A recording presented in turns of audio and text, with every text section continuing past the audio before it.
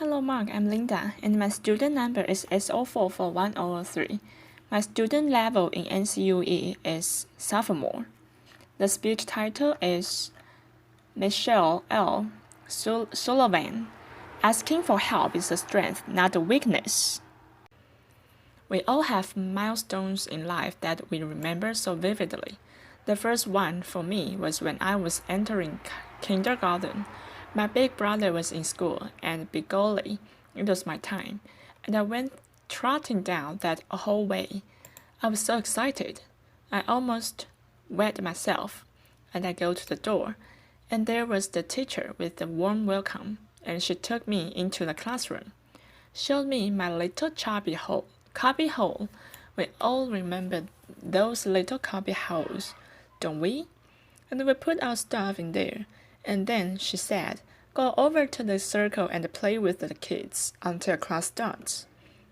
So I went over there and plopped down like I owned the place. And I'm playing. And all of a sudden, the boy next to me, he was wearing a white shirt with blue shirts. I remember it like it was yesterday. Suddenly, he stopped playing and he said, "Why are you so short?" And I just kept playing. I didn't think he was talking to me. Laughter. And in a loud voice, he said, "Hey, why are you so short?" So I looked up and I said, "What are you talking about? Let's just play. We're happy. We've been waiting for this." And so we played. And about a minute later, a girl next to him, in a white shirt and a pink skirt, stood up and put her hands on her lips and said, "Yeah, why do you look so different?" And I went, "What are you talking about? I don't look different. I'm not short again. Let's just play." About this time, I looked all around the circle I was in, and all the kids had stopped playing and they were all looking at me. And I'm thinking, in today's language, it would be, "Oh my god, oh what fuck." Laughter. What just happened? So, all the confidence that I went in with that morning was withering away as the morning went on and the questions kept coming. And at the end of the morning, before I went home, the teacher had us in a circle, and I actually found myself outside of the circle. I couldn't look at anybody. I could not understand what just happened. And over the next few years, I hated to go out in public. I felt every stare, every giggle, every pointed finger, not a finger, but every pointing finger. And I hated it. I would hide behind my parents' legs like nobody could see me. And as a child, you can't understand another child's curiosity, nor an adult's ignorance. It became very apparent to me that the real world was not built for someone for my size, both literally or figuratively. And so I have no anonymity, as you can probably tell, and while you can see my size, we all go through many challenges through our lifetime, and some you can see, like mine. Most you can't. You can't tell if someone's dealing with a mental illness, or they are struggling with their gender identity. They are caring for an aging parent. They are having financial difficulty. You can't see the kind of stuff. So, while you can see one of my challenges in my size, seeing does not mean you understand what is truly to be me on a daily basis, or what I go through. And so I'm here to debunk a myth. I do not believe you can walk in someone else's shoes, and because of that, we must adopt a new way of giving ourselves. Simply stated, I will never know what it's like to be you, and you will never know what it's like to be me. I cannot face your fears or chase your dreams, and you can't do that for me. But we can be supportive of each other instead of trying to walk in each other's shoes. We must adopt a new way of giving of ourselves. I learned at an early age that I did have to do some things different than most people. But I also learned that there was things I was on equal footing with, and one of those was the classroom. I was equal. As a matter of fact, I excelled in the classroom. This was vitally important. I discovered as I grew older and realized I wasn't going to be able to a physical job. I needed an education, so I went on and got a university degree, but I failed to be one step ahead of everyone for employment. I needed to have an advanced university degree, so I went ahead and got that. Now I'm ready for my interview. Remember your first interview. What am I going to wear? What questions? And don't forget that firm handshake.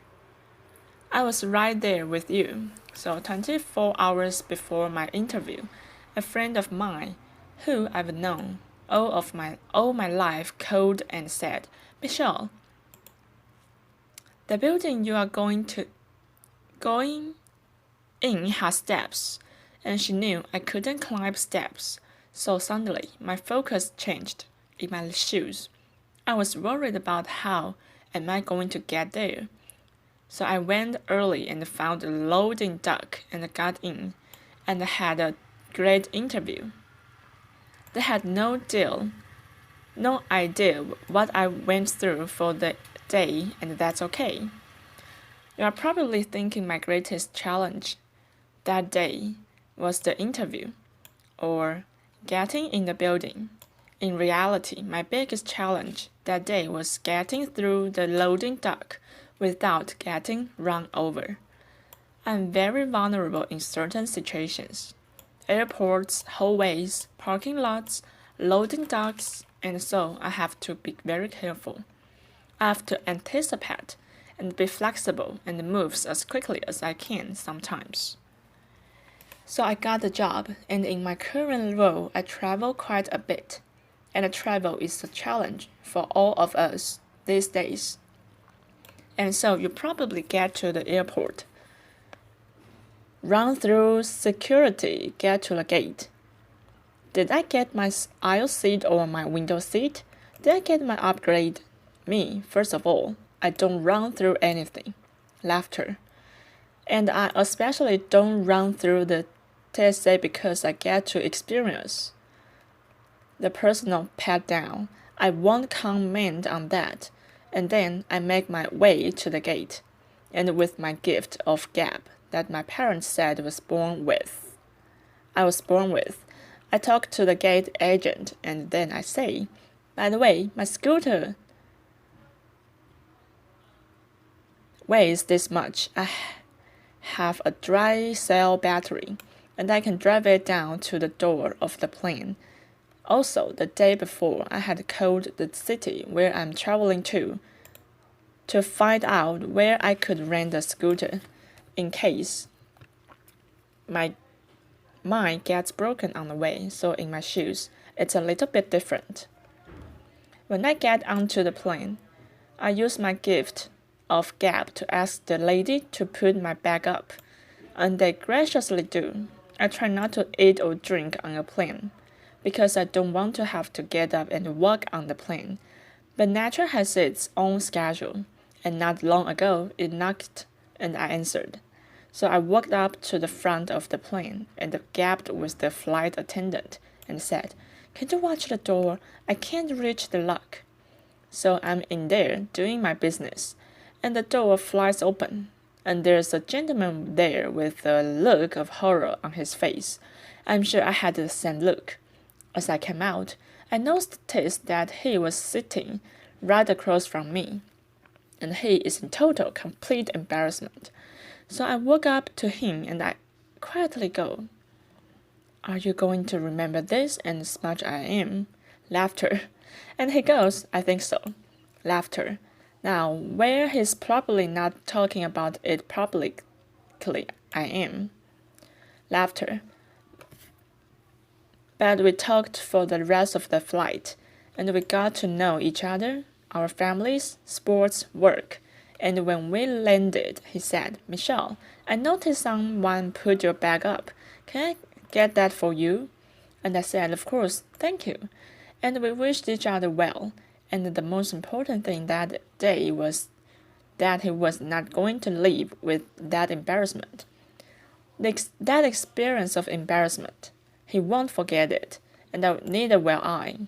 But I think he will remember more our chat and our different perspectives. When you travel internationally, it can be even more challenging in certain ways. A few years ago, I was in Zanzibar, and I come wheeling in and think about that. Short, white, blonde woman in a chair. That doesn't probably happen every day.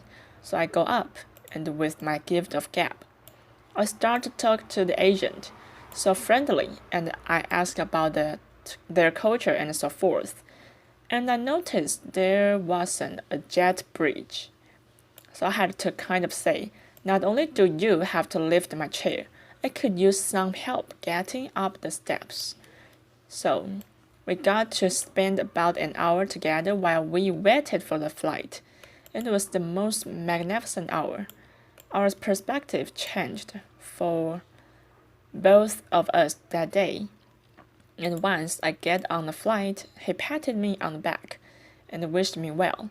And I thanked him so much. And again, I think he's going to remember that experience more than when I first came in, and there was a bit of hesitation. And as you notice, I get a lot of help. I would not be where I am today if it was not for my family, my friends, my colleagues, and the many strangers that help me every single day of my life. And it's important that we all have a support system. Asking for help is a strength, not a weakness. Applause. We all need help throughout our lifetime, but it is just as important that we are part of other people's support systems.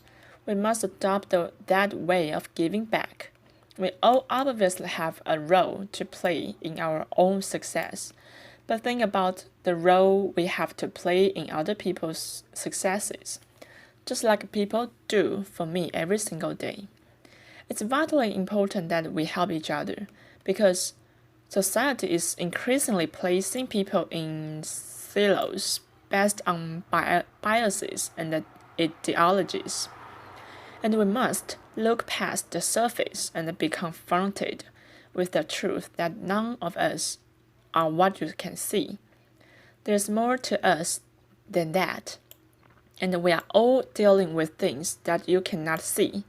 So living a life free of judgment allows all of us to share those experiences together and have a totally different perspective, just like the couple of people I mentioned earlier in my stories. So remember, the only shoes you truly can walk in are your own. I cannot walk in yours. I know you can't walk in my size 1S. Laughter. But you can try. But we can do something better than that. With compassion, courage, and understanding, we can walk side by side and support one another. And think about how society can change if we all do that instead of judging on only what you can see. Thank you. Applause. Thank you.